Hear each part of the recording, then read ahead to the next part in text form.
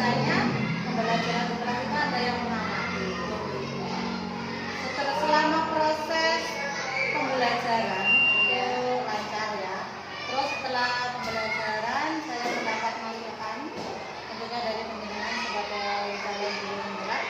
Jadi dari hasil masukan itu tentunya akan berimbas pada pembelajaran saya yang berikutnya. Tentunya ada kemajuan yang lebih baik.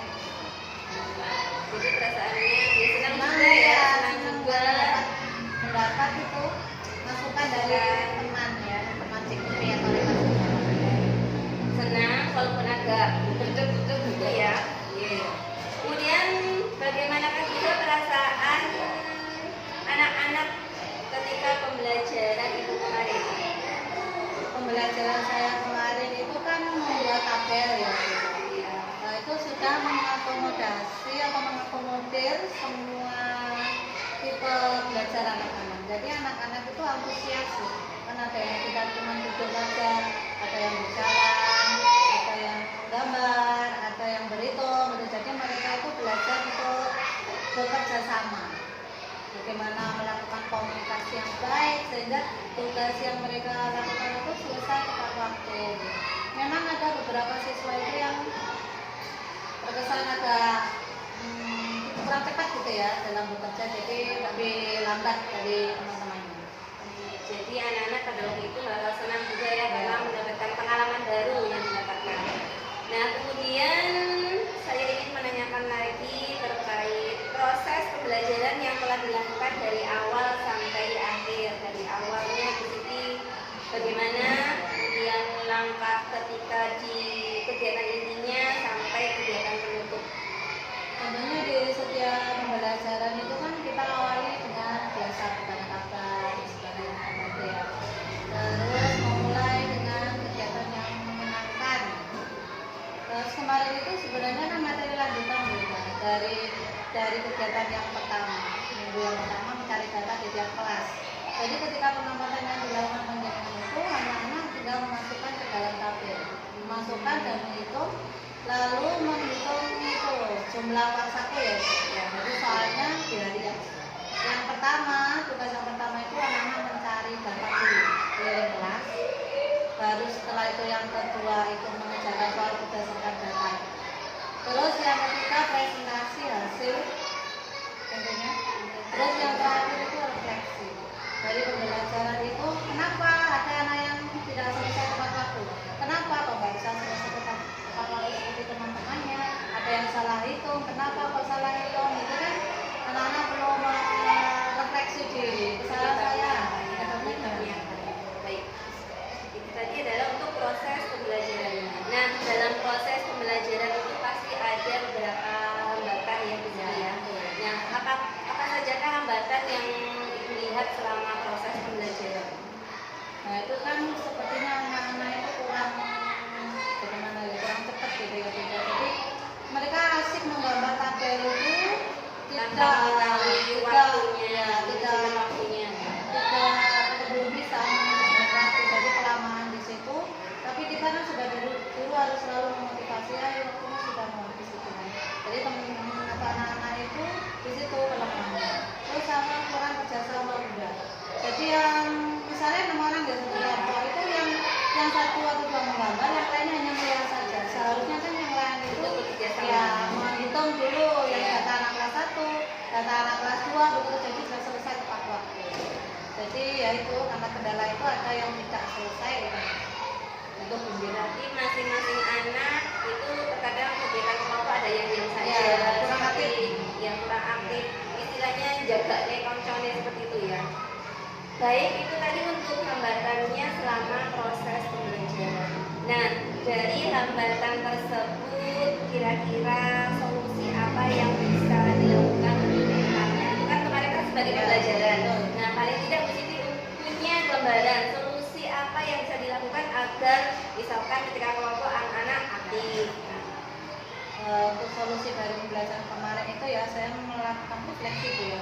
Itu sepertinya karena di awal itu belum ada kesepakatan kelas, itu lupa saya. Jadi terlalu antusias untuk melakukan kegiatan, jadi yang satu itu lupa.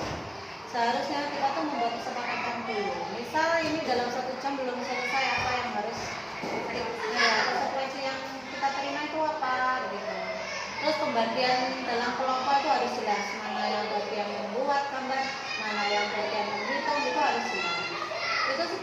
kebutuhannya sudah saya sesuaikan juga dengan kemampuan anak. Kalau anak yang kurang bisa tuh biasanya 100.000 uang 1.000 ya kemungkinan kecil. Kalau yang sudah bisa tuh 5.000 4.000 gitu. Jadi seharusnya kalau mereka bisa memanage waktu itu bisa selesai sama-sama. Baik.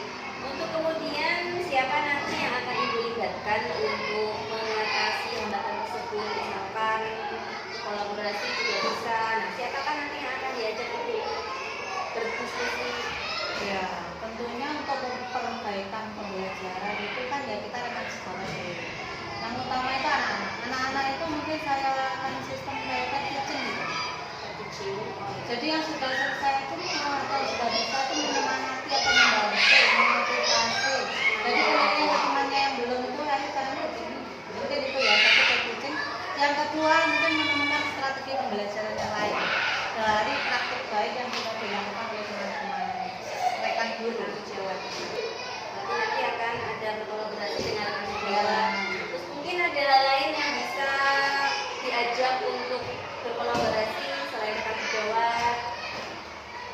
Misalkan dari teman yang lain, dari lembaga lain atau bagaimana? Itu kan sebenarnya masalah yang timbul dari kita ya. Kita kan kurang memberikan motivasi. Mungkin jalan yang terbaik ya yang berbagi baik itu di misalnya di Kombel atau KKG gitu loh. Jadi dari situ dari kegiatan itu kan kita mendapat pengalaman baik. Mungkin bisa kita terapkan di kelas kita.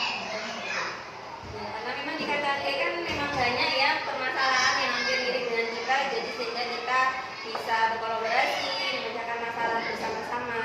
Baik Bu Siti, untuk pertanyaan terakhir, kapankah actionnya untuk melakukannya itu Bu? Kalau tadi hambatannya karena anak-anak aktif, kemudian tidak bisa manajer waktu, dan kapan actionnya dilakukan kepada anak-anak? Kalau action itu kan di pembelajaran selanjutnya setelah kita melakukan komunikasi dengan rekan sejawat, dengan itu kan bisa segera diaplikasikan gitu.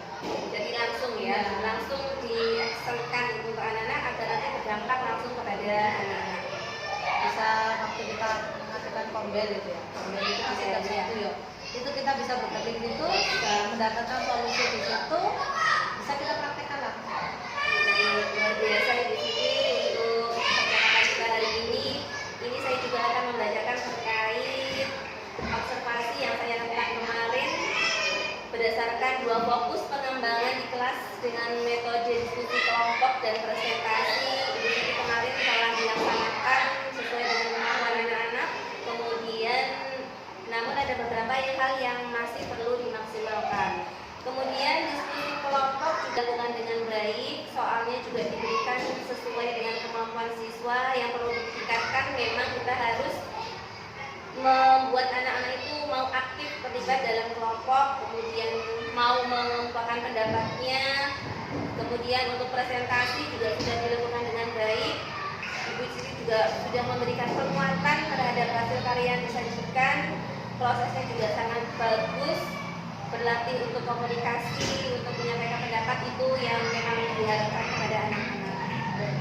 Terima kasih Bu Siti untuk percakapan kita hari ini. Luar biasa sekali pengalaman yang kita dapatkan. Semoga nanti apa yang kita lakukan berdampak pada murid. Saya akhiri Bu Siti ya. Assalamualaikum warahmatullahi wabarakatuh. Waalaikumsalam warahmatullahi wabarakatuh. Terima kasih. Semangat ya.